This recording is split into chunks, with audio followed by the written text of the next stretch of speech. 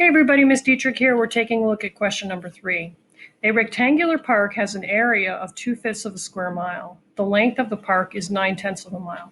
What is the width of the park? Now there's basically two ways that we can approach this, but first let's just think about what do we know about area. If we just look at a simpler problem, let's say we knew the area of this rectangle was 12 and they told us the length was 4, I bet everybody here knows that the width would be 3. Why? Because 4 times 3 would be 12, and we have to find the length times the width to get the area. But let's say we couldn't come up with that in our heads. What mathematical thing would we be doing with the 12 and the 4 to get 3? Well, wouldn't we be dividing it? Wouldn't 12 divided by 4 give us the 3? So if we take the area and we divide it by the length, wouldn't that give us the width? So we can apply that same thinking to this situation. So in this situation, the area is not 12 and the length is not 4, but in this situation, the area is, they tell us right here, is 2/5, and they tell us that the length is 9/10. So if we kind of take that same idea of taking the area, which we know to be 2/5, dividing it by the length, which we know to be 9/10, that should give us the width. Now in a moment, we're going to go back and we'll explore how might we do this algebraically, but let's finish up our thinking over here. So if we finish this problem, whenever you have division, you think to yourself, keep, change, flip. In other words, take the dividend, which in this case is 2/5, and multiply it by the reciprocal of the divisor. So if we flip this around to its reciprocal, we put the 9 on the bottom and the 10 on the top, and we get 10/9. So if we just finish this up, we can take advantage of reducing here, divide by 5 and get 1, divide by 5 and get 2, and you're going to finish up. 2 times 2 is what? 1 times 9 is what? And you'll see one of the choices here that'll match that.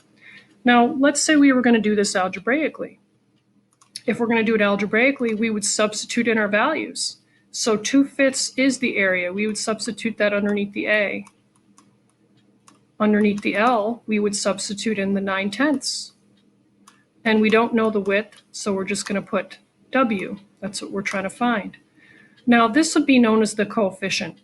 So you would ask yourself, what's being done to the variable? And the answer to that question is, it's being multiplied with 9/10 to get 2/5. So anytime you're solving an equation, you want to ask yourself, what's the opposite or the inverse of this? And of course, that would be to use reciprocals. I mean, really what it is divide by this, but the same as dividing is multiplying by its reciprocal. So we're going to put the reciprocal of this value, 9/10, we're going to put it on this side of the equation. And we're also going to put it over here on this side of the equation to keep it what we call balanced. Now, if we were going to go ahead and simplify the right side, the 9s would cancel out. We would divide both of those by 9. In other words, we're simplifying the factors here. We'd get a 1. And then we'd simplify going this way, and that would go in 1 time, and that would go in 1 time. And all of that would equal 1. If we multiplied 1 times W, we'd get W. Now, if you look over here, doesn't this look familiar? Aren't these the same factors that we have over here? We had a factor of 2/5 here. We have a factor of 2/5 here. We had a factor of 10/9 here. We have a factor of 10/9 here. So either approach, so this is called using the algebraic method, and this is the idea of thinking of a simpler problem just to understand what operation you need to do with the two numbers. But either approach, you'll get the same answer. So finish up, pick your choice, bubble it in carefully, and good luck with the rest of L9.